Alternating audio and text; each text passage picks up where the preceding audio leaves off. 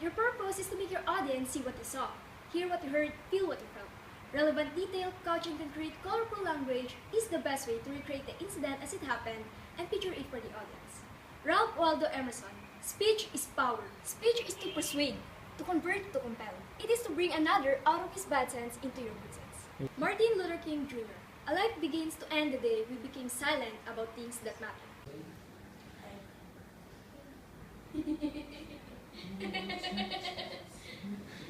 This one's very funny.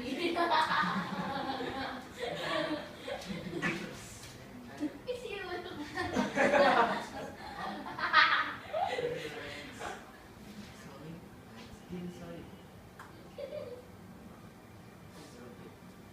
Hey, are you okay?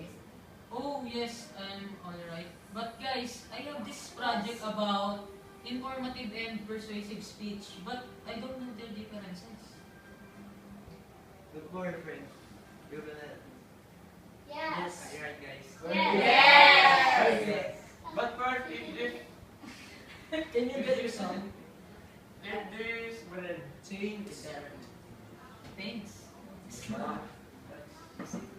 Go. Let's start.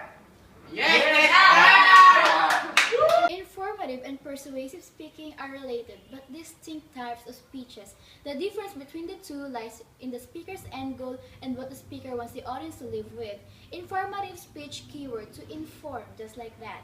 It uses descriptions, demonstrations, vivid detail, and definitions to explain a subject, place, or a person the audience wants to understand, and makes it a complex topic easier to understand. Informative speeches are probably the most prevalent variety of speech. The goal is always to supply information and facts to the audience. This information can come in the form of statistics, facts, or other forms of evidence. Informational speeches do not tell people what to do with the information. Their goal is for the audience to have and understand the information. Informational speeches may have the tendency to become overdrawn and boring. Their goal is not to excite the audience members, but rather to provide them with knowledge they did not have before the speech. This crash course we're doing right now actually is in informative form. And now that we're all clear with defining what informative speech is, let's now move on in knowing the different organizational patterns in framing the details effectively. There is this what we call the inverted pyramid in writing a speech in order to strategically and easily frame the details that must be included in the speech. On the topmost part, the largest space amongst all, is where we decide the very purpose of the speech, and in our case, we have to inform. So inform about what? That's what you should add with the phrase to inform to come up with one. And now, I'll tell you about the four most observed patterns used in making an informative speech. First, chronological. If you want to present the history, evolution, or development of your topic in a sequential order, from past to present or beginning to end, and when we say chronological, it's simply a vivid sequencing. For example, how to bake chocolate chip cookies, University of the East going great at 70, the evolution of man according to Charles Darwin, and development of technology across the ages. Aaron Solomon's candle making, his purpose is to inform about making candles, and the speech itself shows how to make candles. Simple as that for chronological. Second, topical or categorical.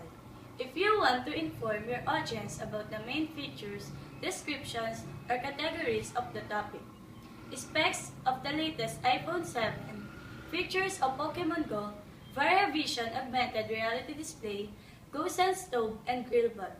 Third, cause and effect. If you want to show the causal relationship of events or phenomena, global warming issues, Zika virus, dengue, and flooding. And last, comparison, and contrast. If you want to compare objects, events, or concepts, underscoring their similarities and differences, for example, Android versus iOS, public schools and private schools, Aquino and Duterte administrations. We're done now with the organizational patterns used in informative speeches. And now, we're heading to the 4 types of informative speeches that vary depending on the topic. Now, we're all set to know about the 4 types of informative speeches which vary depending on the topic. First, about objects or people. It focuses on tangible items like products, structure, or people wherein visual aid may be necessary. Henry C., Manny Pacquiao, Samsung Note 7, Remedies Yamaki, City of Dreams, Luneta Park, they are all about objects. About processes, focuses on process or sequence of events wherein visual aids are also necessary. How to make custom presets in Adobe Premiere CC, how to make animated titles in After Effects, how to make a photo montage, yearly celebrated events in the Philippines. Next, about events. It focuses on an event that happened, is happening, or might happen in the future. Like a review about the Senate hearing on extrajudicial killing, UE at 70, Senator De Lima's press conference. And last, about concepts. Focuses on beliefs, knowledge, theories, principles, or ideas.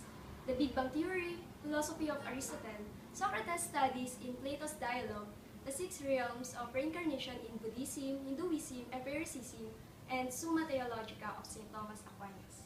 That's all for the basic concepts of informative speech. Now, we'll give you some techniques or tips, rather, for you to deliver your speech strategically. Tips in writing formative speech. First is to select a topic that the audience can easily relate to and feel interested in and have a clear purpose for the speech. Next, excellently organize the thoughts and ideas. The inverted pyramid will be a great help for you to determine this. Observe appropriateness, brevity, clarity, ethics, and vividness when communicating ideas. Also, effective nonverbal cues. Avoid fillers such as you know, and the like. To catch the attention of the audience, use a wow-able or catchy introduction. Do provide sufficient examples that support the message and execute transitions strategically so that the listeners can easily follow the idea and finally can wrap up their speech through a good conclusion. Those are the basics that you need to know about informative speech. Jeff, I hope that you've gained a lot of knowledge about what you learned. Thank you for that, and Dane, Ira, and Jim. I learned a lot from what you have taught me. It's finally clear to me that the goal of informative speech is to give information to the audience, nothing more and nothing less. You're welcome. Welcome! We're done now with the organizational patterns used in persuasive speeches. And now, we're heading to the 4 types of persuasive speech that questions fact, value, policy, and speech that refutes.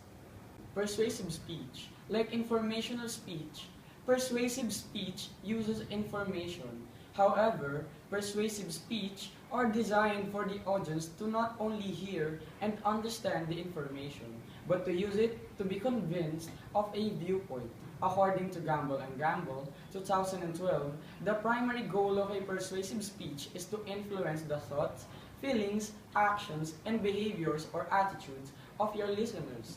It aims to change the perception and convince the audience that your argument is more important, practical, attainable, or feasible. Persuasive speech may use some of the same techniques as informational speech, but can also use emotions to convince the audience. A sales speech is one example of a persuasive speech. Also, persuasive speech is the form of communication that people of diverse backgrounds mostly engage in.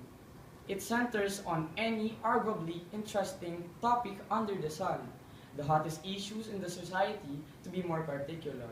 A common cry against certain persuasive speeches is that they rely too much on emotion and not enough on facts. A persuasive speech that succeeds in convincing the audience to accept a view but is based on faulty or misleading information is unethical.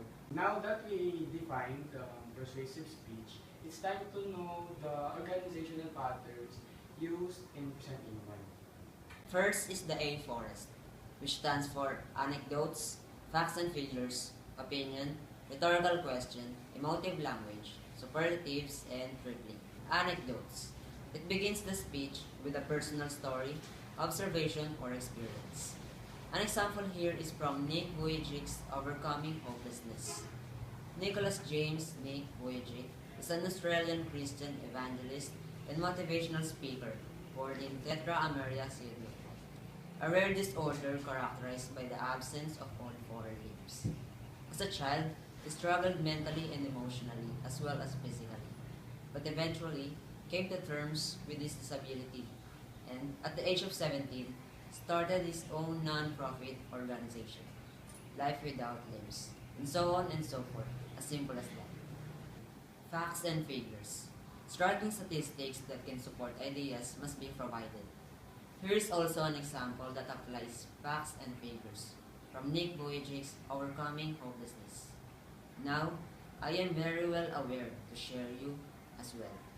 I know that there are a million people going hungry today. I know that this year, 1 million people commit suicide. That is 1 every seconds. I know today there are million slaves, and I've met sex slaves. And I've seen at the top of the pyramid, as far as business, and met the millionaires. Opinion. Adding in your opinion in your speech. For me, in my life as a child, I had a big wall. I was surrounded by 4 walls and the low ceiling of opportunity. I was set free in so many different ways, and especially surviving from day to day with my parents who loved me, who encouraged me, told me that I was beautiful in the way, and that was not worry about what people said about me. Rhetorical question. Think of and add engaging rhetorical questions. Rhetorical questions does not intend to elicit answers, but to make a point. Why do we look ourselves in the mirror and see ugly instead of valuable?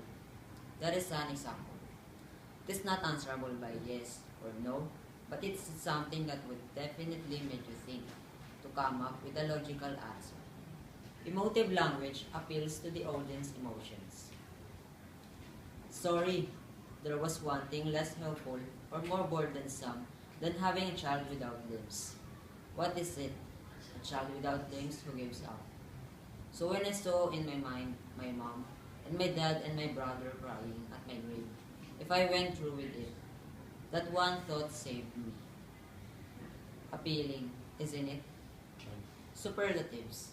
Exaggerating a certain idea to convince the audience to go on without your point. The greatest thing is love. When we feel like we don't have enough love and we don't have enough hope, we start losing strength to live. Simple as that. Lastly, tripling. It entails 3 words together to reinforce a point. For example, reduce, reuse, and recycle as the most popular anti-global warming and pollution bandwagon.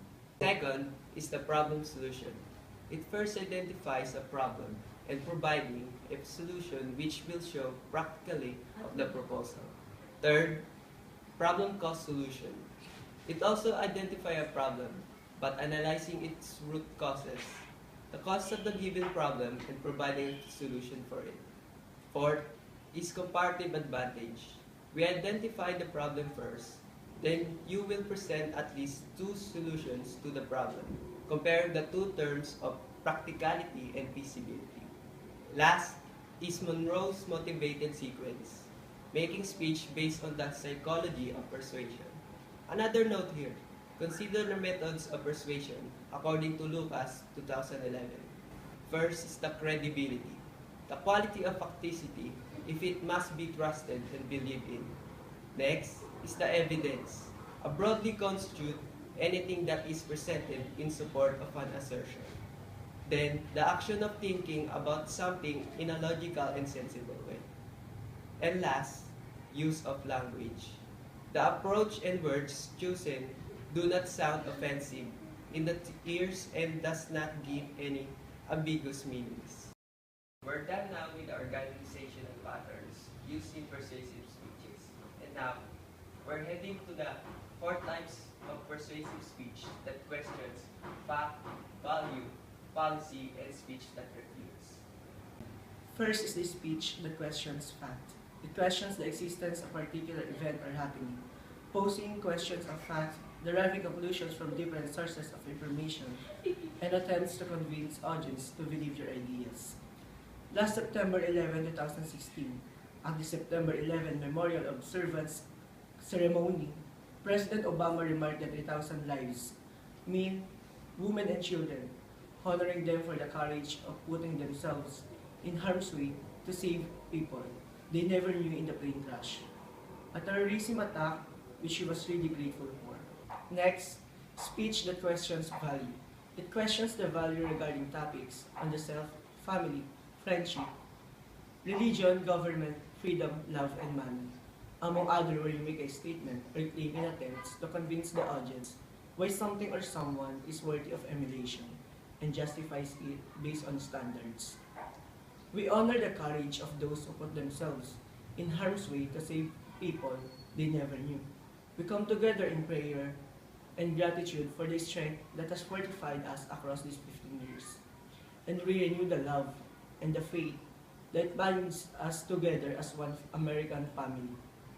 Also from Obama's remarks on September 11 Memorial Observance Ceremony. Another is the speech that questions policy. It questions the current state of things which can impact the future, whereas you ask relevant questions that can help in making a decision whether or not something should be implemented, observed, or done. For example, Rahm Emanuel's speech on Chicago violence last September 22, 2016 aims for young men who participate in the program that are likely to get caught up in violence are committed to be provided universal mentoring. It will be a sustained effort. City of Chicago will provide half the funding, while corporations, philanthropies, and individual donors will provide the other half. And last, the speech that refutes. It either responds or disproves others' claims while defending and promoting own claims, and you have carefully planned his or her arguments to have logical and convincing responses, and is achieved by gathering credible and accurate pieces of evidence through extensive research. Here is an example of reputation from Aris Gabriel Manalo's vantage point. Many people still continue to judge and insult homosexual people just because they are different. And because of this, can we really say that love won? Did love won? What do you think? So unlike informative speech, persuasive speeches are designed for the audience to not only hear and understand the information, but to use it to be convinced of a viewpoint. Thank you, JC, Cords, Bench, and Jack. Thanks for watching this lesson in Crash Course, Persuasive and Informative Speech. And we'd like to especially thank all of our sponsors and subscribers without whom we would really not be able to do this.